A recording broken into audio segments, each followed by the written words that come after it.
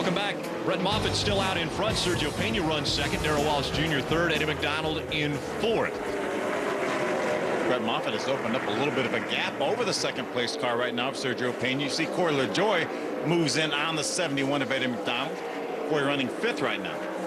Darrell Wallace Jr. after starting on the pole had a great practice earlier, wanted to win everything that was possible that you could win at this racetrack. Well, now he's dropping back already into that third spot.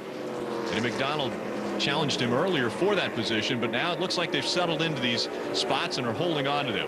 The only non-top 10 finish of the season for Darrell Wallace Jr. was right here at Loudon when he finished 30th. Darrell Wallace Jr. coming off of 2 wins earlier this year, 4 wins in his career. The most recent race at Greenville Pickens was a 6th place finish. Those we see the battle for 14th. Michael Cherry, Ben Kennedy. Yeah, this group right here has been battling since the drop of the green flag. Some of the positions change around a little bit, but they've all been in this little group right here. Stayed pretty tight with each other. Chad Boat in the 98, and you see Chase Elliott going way up high in the 9. I call it way up high, about 3 lanes up here at New Hampshire. Such a flat racetrack, you don't normally see people running up in that third group. Saw Chase's dad, Bill. He's up on top of their spotter stand, spotting for Chase here. Chase doing a nice job this season, coming off his best career finish last time out of Greenville. Chase Elliott bringing home a 3rd place finish in that race. You see him running back behind Chad Boat now. Trying to find grip around this racetrack. Even though we're relatively early into this racetrack, you're always searching for grip. Yeah, without a doubt, and that's why you can move around this racetrack. Even though the bottom's a little bit flatter, sometimes you get those left sides down there, and the difference in transition between the flat and the bank give you just a little bit of grip. Really hard, though, to get the power down from the flat part of the racetrack up off the corner. You make a lot of ground up through the center, but you have to be able to keep that power down up off the corner. We just saw that out of Ben Kennedy in the 96 as he was down toward the bottom of the racetrack. Now a good battle for the 7th position. Suarez on the inside and Max Gresham in the 18 on the outside. Yeah, Suarez was able to get by Max earlier, but Max is going to make that outside group work. That's a perfect example there of the fact that there's some grip on the outside. So Gresham working on the high side of the racetrack, trying to get by Suarez down on the low portion of the racetrack. Suarez a little sideways getting into turn number 1. See how he makes up the ground through the center of the corner, then off the corner you see the momentum from the outside that Max has.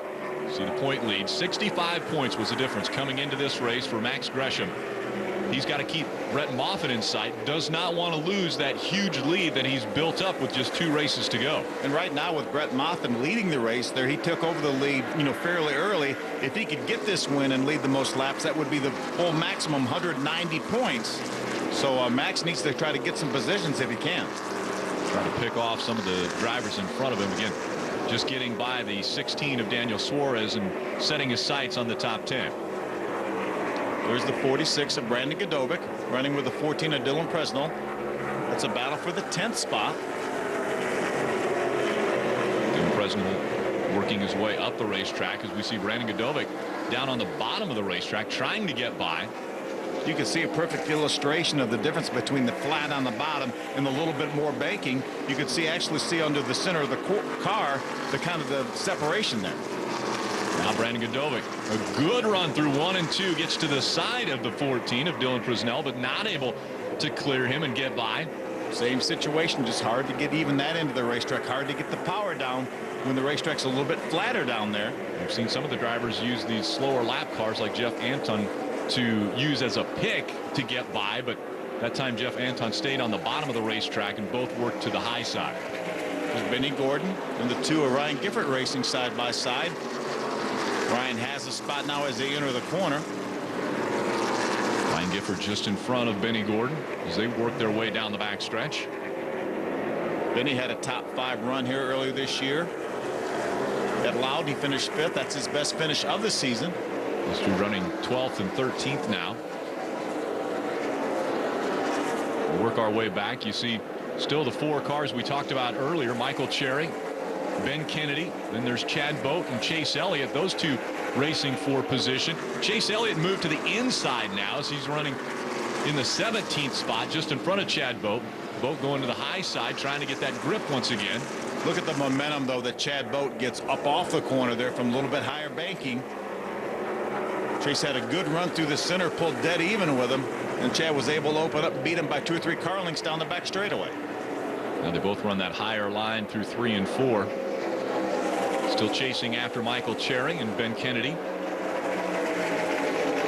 Ben went off and ran some races in the West Series while we had a bit of a hiatus a month or so ago. Battling for the 15th spot. Michael Cherry's best finish was 4th, but it was a year ago back at Gresham, so he hasn't broke into the top 5 in the 2011 season. He had a solid 7th place run at Richmond earlier this year. That's his best of the season. See side-by-side battles all over the racetrack. There's Benny Gordon again with Ryan Gifford sideways. A little bit of sparks out of the back of Benny Gordon's car, which is rare this late in the race. You wouldn't expect the bottom of the frame to be hitting because the pressures have come up now in the tires. And Corey Williams, the 88 car, joins that battle. By day, he's a fabricator for Hendrick Motorsports. Still looks like problems for the 66. Benny Gordon slowing on the racetrack and the sparks continuing to come out. Must have a problem maybe with the right front. Derek, what's going on with the 66 team? Tough break for Benny Gordon out there. You can see the right front sparks coming out from the corner of that car. He's got 1 top 5 and 2 top 10s this year. This is the same car that he finished 5th with in the July race, but looks like he's having trouble out there right now. Yeah, it looks like that tire's coming apart, so there's going to be some debris on the racetrack. Gotta believe that's going to bring a caution out here. Haven't seen one as of yet, although we did see some of the tire come off there. You can see the rubber flapping on that car.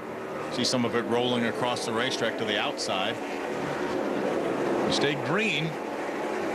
Haven't seen the flagman reach for the yellow flag yet. It's a full mile that Benny's had to drive around on that flat tire.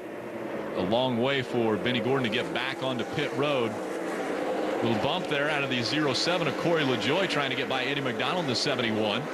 Eddie did a nice job saving that car. He was pretty sideways there after that little bit of bump. They've got some lap cars in front of them. There's Tom Hessert, the 37.